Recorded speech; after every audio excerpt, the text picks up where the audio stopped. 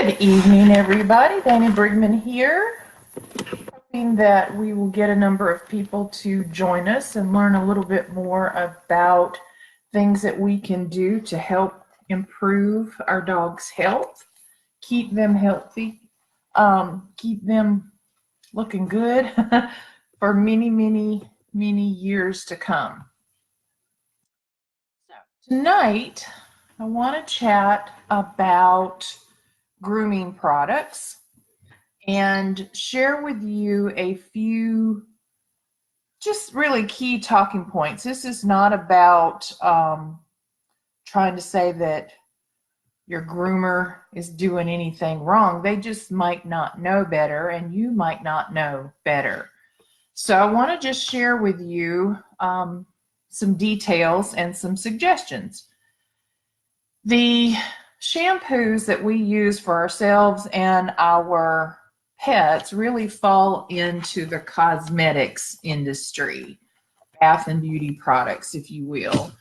And it's been about 80 years, according to EWG.org, since any legislation has been passed that would regulate this industry. 80 years, that's longer than I've been alive, probably longer than most of you have been alive. So we are exposed to a lot of cosmetics, a lot of products on a daily basis. And many of them can have chemical constituents that might be hazardous to us, and in many cases have not ever been tested. So there's a lot of stuff going on in this industry for you, and I'm going to show you how we tie this back to our pets. So a couple talking points. We as women, and probably true for men, maybe not quite as much, but on a similar scale, the average woman uses 12 personal products a day and is exposed to hundreds of chemicals, none of which are required to be tested for safety. We in the US are using chemical constituents in our products that have been banned in other countries. 1,300 ingredients have been banned in other countries, and in our country, only 11. That's a pretty significant variance, right? Pretty significant variance in terms of products that are potentially harmful for us. So a couple things for you to think about are what's in those products. And so give you an example. If you walk into your grooming shop and you smell Lysol or see them using Lysol or bleach, we know that these are hazardous materials. You don't often think of that in terms of Lysol, but Lysol by definition in the EPA is a pesticide. And there is an intention that this pesticide, when used or sprayed onto products or surfaces, is actually rinsed off, rinsed away. So how many times do we see the commercial where somebody's spraying it on a book bag or a countertop or whatever, and that's it?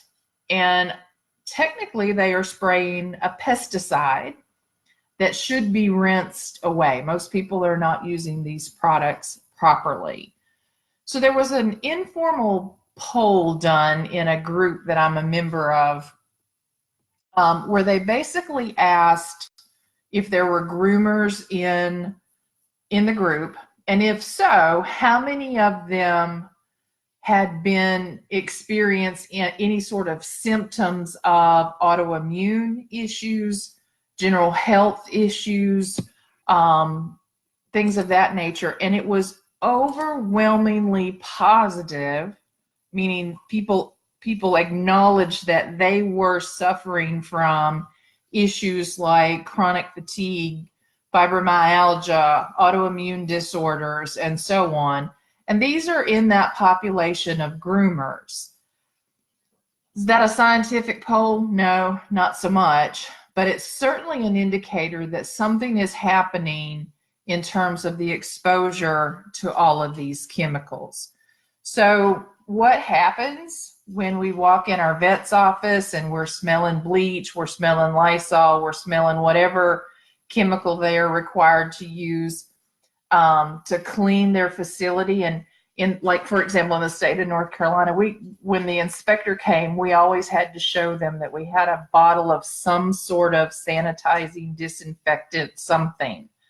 And at that time, they really didn't say that essential oil-based products were okay, though I used them every day, but I had that other bottle sitting on the shelf just in case anybody questioned it.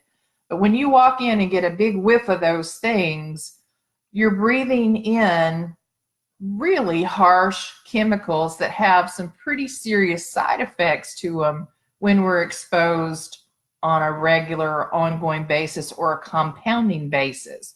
And you'll see where that comes into play in a minute. I know I often walk into the doctor's office, the dentist office, the vet's office, and I smell candles. I see sprays in the bathroom. I see plug-ins everywhere.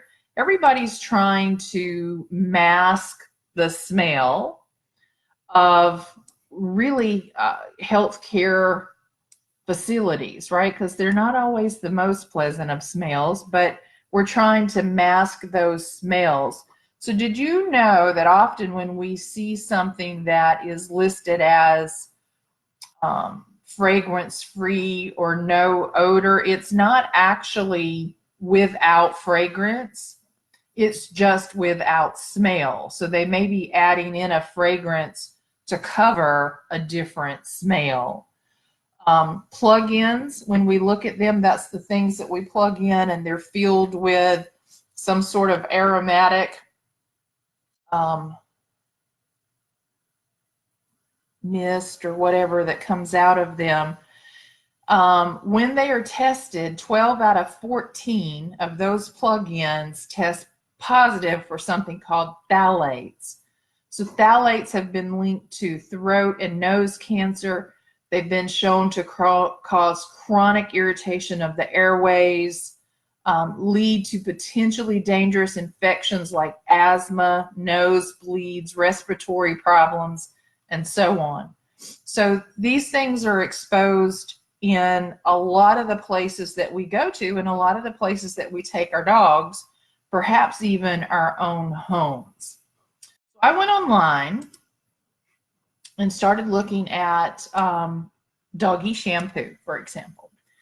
And I went to Amazon and I pulled up, I just typed in dog shampoo, and I picked the one that said Amazon Choice. And it's something called Fresh Pet. And it comes in a gallon jar. It's like 20 bucks, if that. And when you read the label, it says top performance fresh pet shampoo is easy to use, smell great, and the clean scent lasts for weeks. I don't even know how that's possible that a fragrance would last on your dog for more than a day or two, but it lasts for weeks.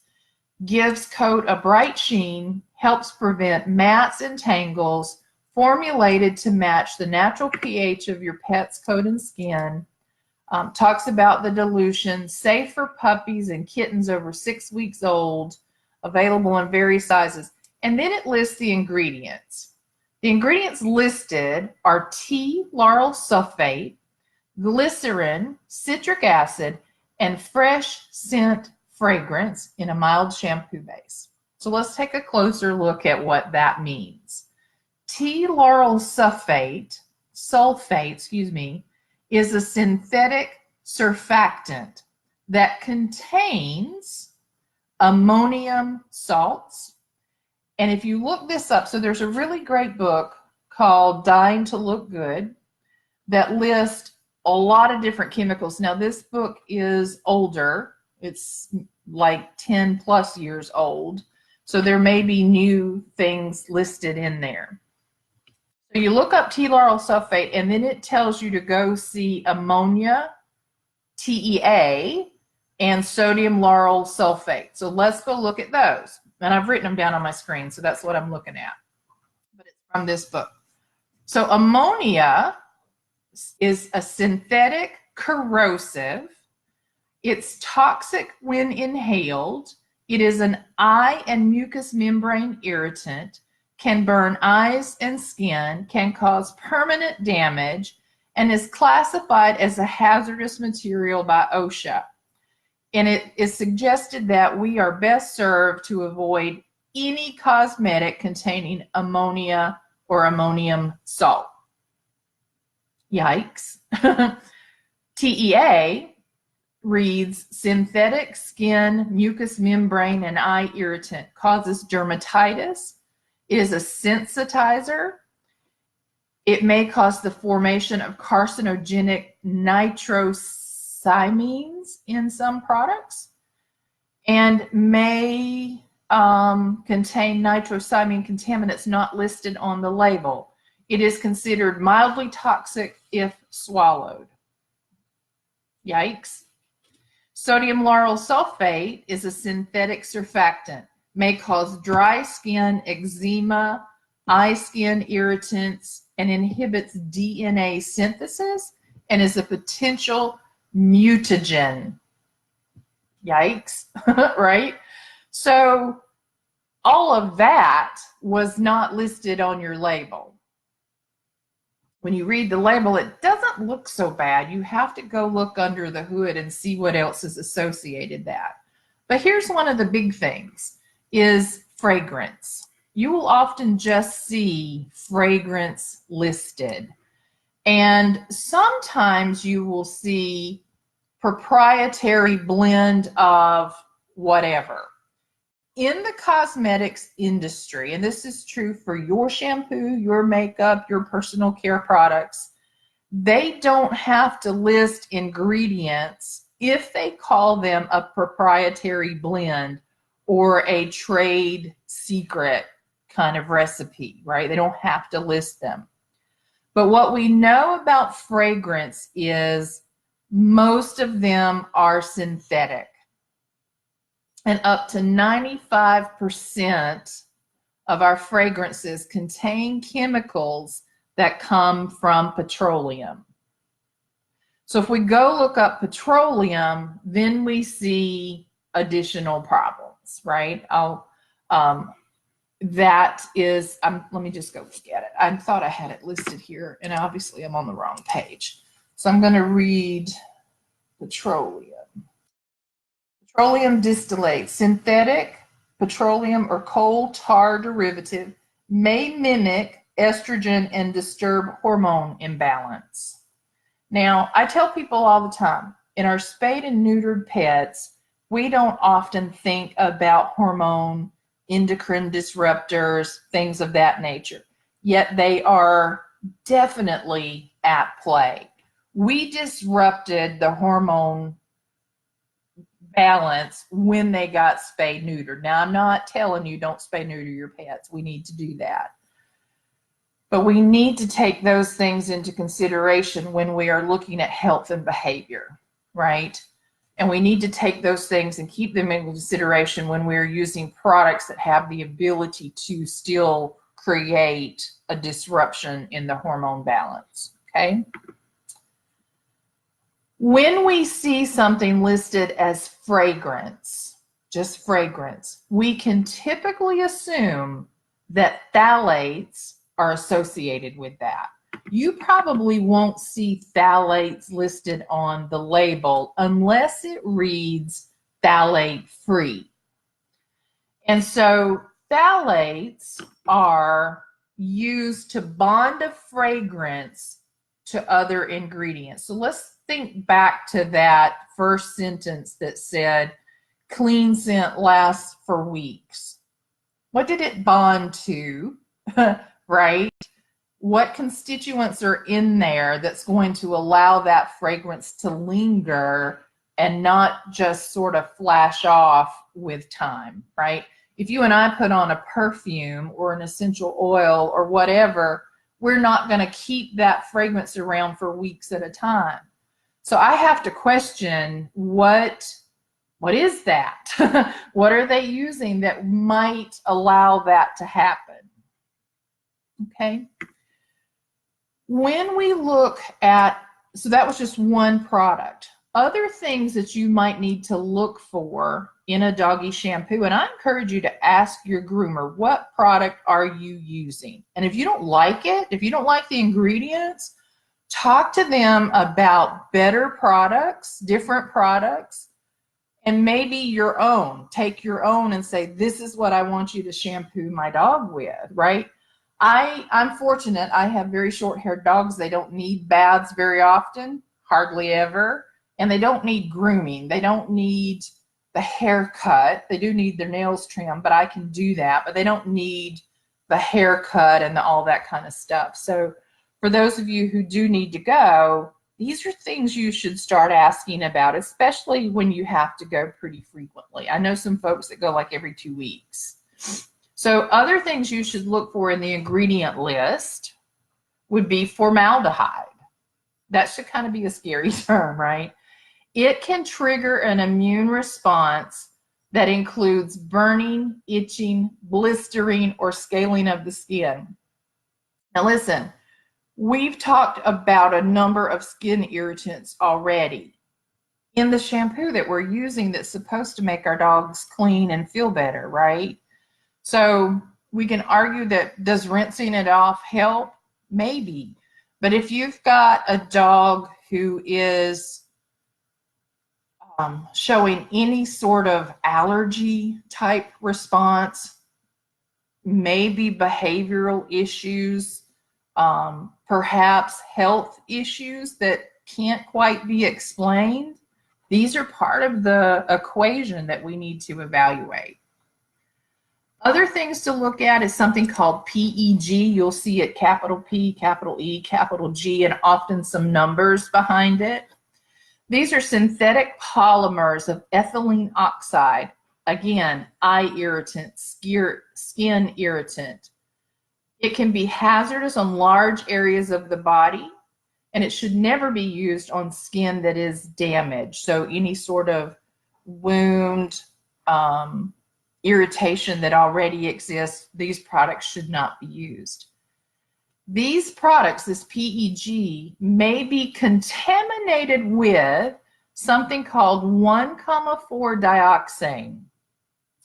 Well, what's 1,4-dioxane? You're not going to see that listed on your label. You got to do a little research, and especially if that PEG is present. It won't be listed as an added ingredient because it's not added. It is actually a contaminant from within the manufacturing facility and process. Okay? It is a carcinogen that is found in about 40% of all cosmetics and is absorbed through the skin and can be toxic when inhaled. Just breathing it in, having exposure to it. Okay? There is something called sorbian laurate that may cause hives. It is a synthetic as well. And in at least one study, it's been found to be carcinogenic.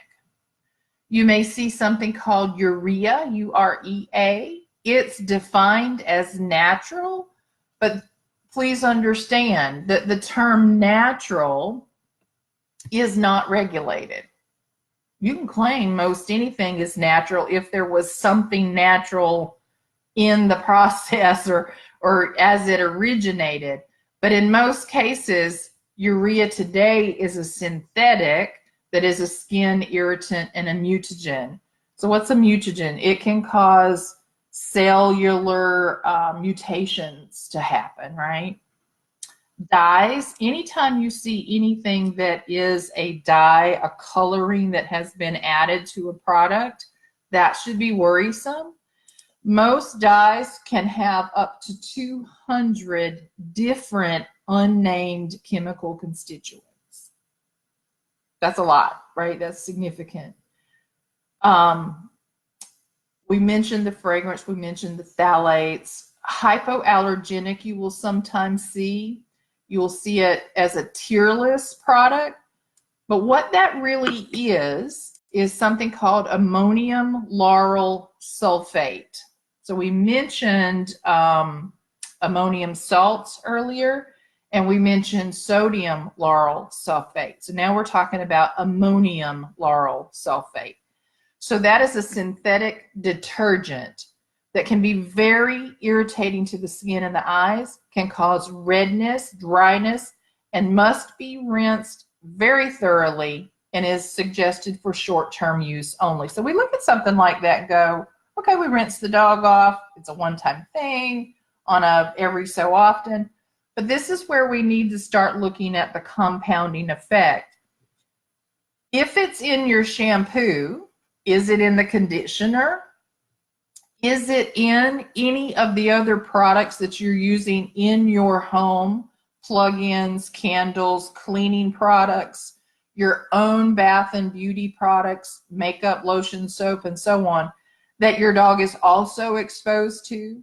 So when these things start to compound, where do they go? They get absorbed through the skin, and the body, primarily the liver, has to do something with the processing and the waste management of trying to deal with these things.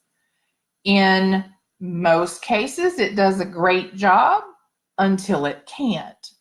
And we often don't realize that these things are creating this compounding, this long-term effect that at some point has a very strong potential to fail, meaning the liver can't work as effectively as it once did or under as much pressure as we put it, with all the things coming at us environmentally.